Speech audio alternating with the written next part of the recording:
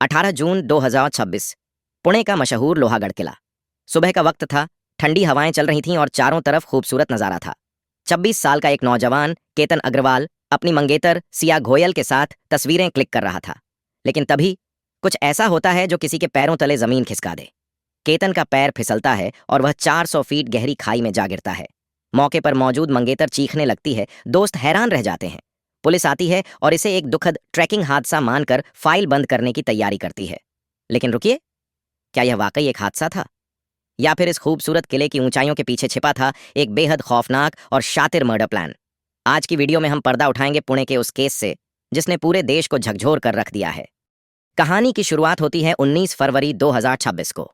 पुणे के एक बड़े और प्रतिष्ठित बिजनेस परिवार के बेटे केतन अग्रवाल की सगाई होती है 20 साल की सिया घोयल से। सब कुछ परफेक्ट था। नवंबर 2026 में राजस्थान के उदयपुर में एक आलीशान पैलेस में शादी होने वाली थी। मेहमानों के लिए चार्टर्ड फ्लाइट्स बुक हो चुकी थीं। करोड़ों रुपए पानी की तरह बहाए जा रहे थे।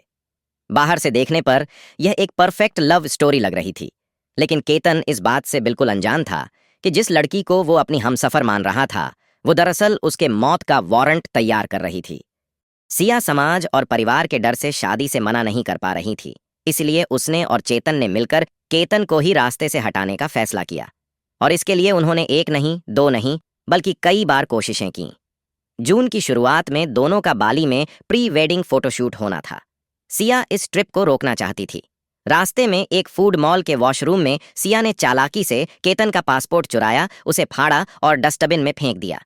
ट्रिप कैंसिल हो गई। 14 जून को सिया केतन को लोहागढ़ किले ले गई और उसे पहाड़ी से धक्का देने की कोशिश की, लेकिन किस्मत अच्छी थी। 17 जून को मर्डर से ठीक एक दिन पहले सिया और चेतन पुणे के एक कैफे में मिलते हैं। वो यूट्यूब और रील्स खंगालते हैं और लोहागढ़ किले का वो पॉइंट ढूंढते हैं जहां से गिरने के बाद इंसान के बचने की 8% भी उम्मीद ना हो। 18 जून की सुबह सिया अपने जन्मदिन का बहाना बनाकर केतन और अपने कुछ दोस्तों को लोहागढ़ किले के उसी खतरनाक पॉइंट पर ले जाती है। वहां पहले से ही हुडी पहने एक लड़का घात लगाकर बैठा था। वो था चेतन चौधरी।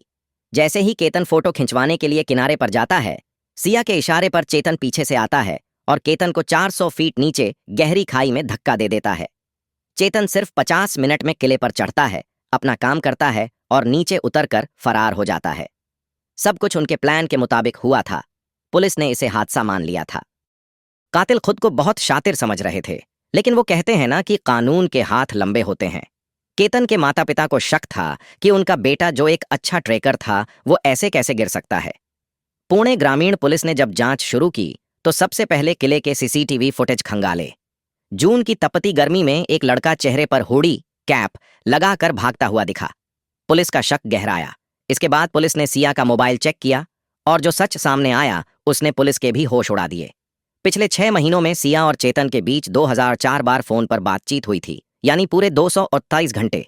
चेतन ने अपनी लोकेशन छुपाने के लिए अपना फोन दुकान पर छोड़ दिया था और अपने नौकर का फोन इस्तेमाल किया था, लेकिन पुलिस की टेक्निकल टीम ने उसकी इस चालाकी को भी पकड़ लिया। 23 जून को पुलिस ने दोनों को गिरफ्तार कर लिया। आज ये दोनों आरोपी पुलिस की सलाखों के पीछे हैं। दिलचस्प बात यह है कि लॉकअप में जाते ही दोनों का प्यार काफूर हो गया है और अब दोनों एक दूसरे पर दोष मढ़ रहे हैं। मामला इतना गंभीर है कि महाराष्ट्र सरकार ने इस केस को फास्ट ट्रैक कोर्ट में चलाने का फैसला किया है और देश के सबसे कड़े सरकारी वकील उज्ज्वल निकम को इस केस की जिम्मेदारी दी गई है।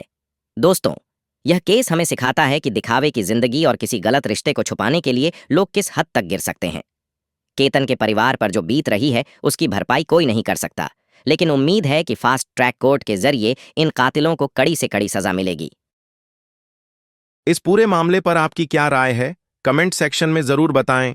अगर वीडियो इन्फॉर्मेटिव लगी हो तो इसे लाइक करें और ऐसी ही क्राइम और केस स्टडीज के लिए चैनल को सब्सक्राइब जरूर करें। मिलते हैं अगली वीडियो में। जय हिंद।